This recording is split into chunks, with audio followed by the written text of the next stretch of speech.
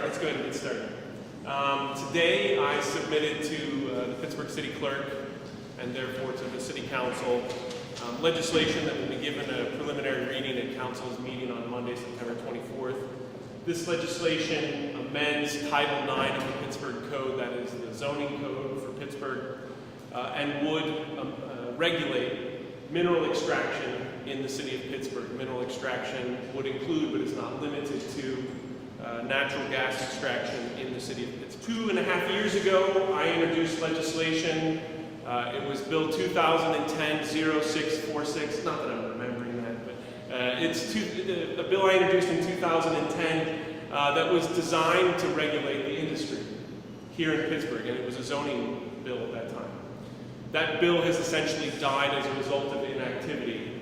My interest, nonetheless, has not waned. I continue to be focused on this. The other part of the context is the Act 13 and the recent Commonwealth Court decision. As you all know, the Pennsylvania legislature, and let's be clear, it was the Republicans in the Pennsylvania legislature, attempted to usurp municipalities' rights from across the Commonwealth. They attempted to usurp the rights of each municipality to regulate land use and to plan and to zone in their municipalities.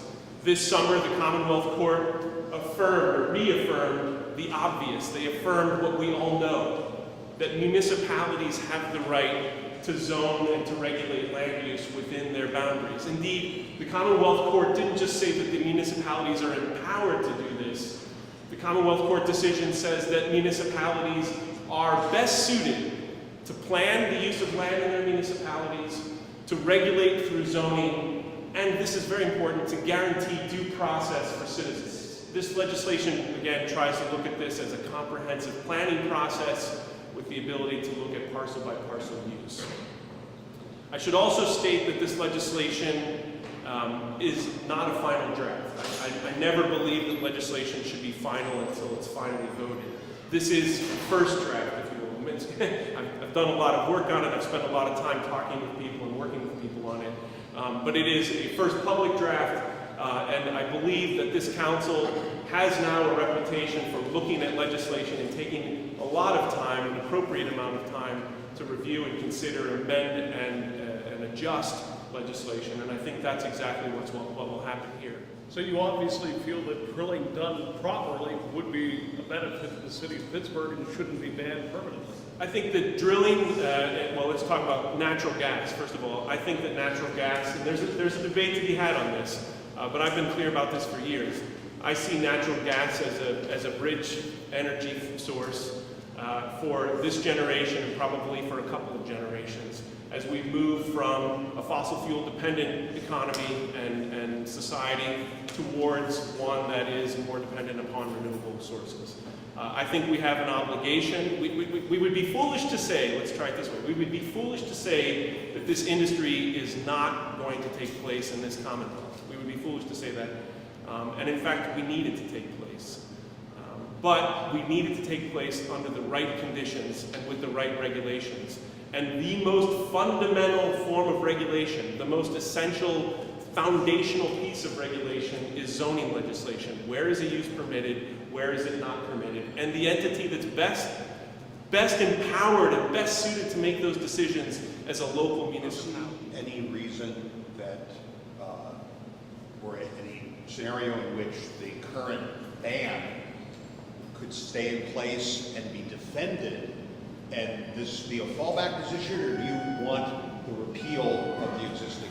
This legislation is being introduced. It takes no position on the ban. There's no repealer clause in the legislation.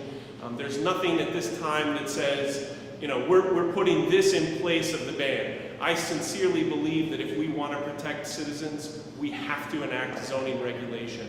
That does not mean that we have to today. This seems to jive with what the mayor said he wanted after the PUC thing. Yeah, let me just say a few words about the mayor's position on this matter. I don't think that you can have a more simple-minded or corrosive position than this mayor's position on Marcellus Shale. I mean, his only position over the last 2.5 or so years has been remove the ban. He is the leader of the city and has said nothing about how we should protect the health and safety of this city and its citizens, how we should regulate land use. He has made no such statements. His only position is an extremely simple-minded position: remove the ban. And that does nothing but aggravate an already difficult political situation. For those of us who are trying to find a responsible and reasonable position in this difficult circumstance, how do we regulate this industry and protect people? For those of us that are trying to do that, that kind of simple-minded approach does nothing but corrode the atmosphere. Can you talk a little bit about these zoning restrictions, how they compare the ones this time around? Are they essentially the same as the ones you had 2.5 years ago, or are they changing? The difference here, and when I first introduced that legislation, to be honest, I had a lot of trouble with it myself, because if you looked at the map, it sort of said, okay, we're going to allow it, we're going to allow drilling in urban industrial and general industrial, which conflicts with a lot of my vision for the city. I didn't want to see it along the riverfronts. That's where most of our UI is, for example. Nonetheless, saw that legislation as a starting point, and in the subsequent months and years, as I've talked to people, I've begun to realize that we need to see this, again, as I said, in a comprehensive fashion. This isn't about zoning for a particular parcel. This is about a large use here in the city of Pittsburgh and the effect that it would have on the surrounding area. One thing that I think is important is that I can actually say that this empowers property owners and citizens in the city, because of the fact that anybody that wants to do this activity, have this use, allowed in an area of the city, they will have to go through a serious master planning process, okay? Which means public hearings, notifications, information mailed to citizens and property owners. Because they will have to go through that, there will be a lot of participation, and a lot of that will come up on an ad hoc basis. And I want to be, if you try to lay out, and particularly in this city, try to lay out a piece of zoning for such a use, such a significant and major use. If you think about topographies and you think about the land that's already here and how it's being used, it would be very difficult, and this was the problem that I had back to your question, it would be very difficult to say, okay, this use happens only in these places. So what I've tried to do is create a process for master planning, and create a process whereby people can engage and make those determinations, at the community level, then on down to planning commission. For a long time, the city's only position, and I think we have more than one position on this issue, but the city's only position is we ban this use. And really, we need as a city to be engaged in guaranteeing that the regulations are in place. This is not a use that affects only Pittsburgh. This affects this entire Commonwealth. Just think about the Allegheny River where we get our drinking water. There are hundreds of municipalities up that river, and the way that they zone and regulate at the local level and at the state level affects us directly and indirectly. And we need to get into that debate about regulation. We need to be able to say, we've put into place proper regulations. You, the state, now need to put in proper regulations.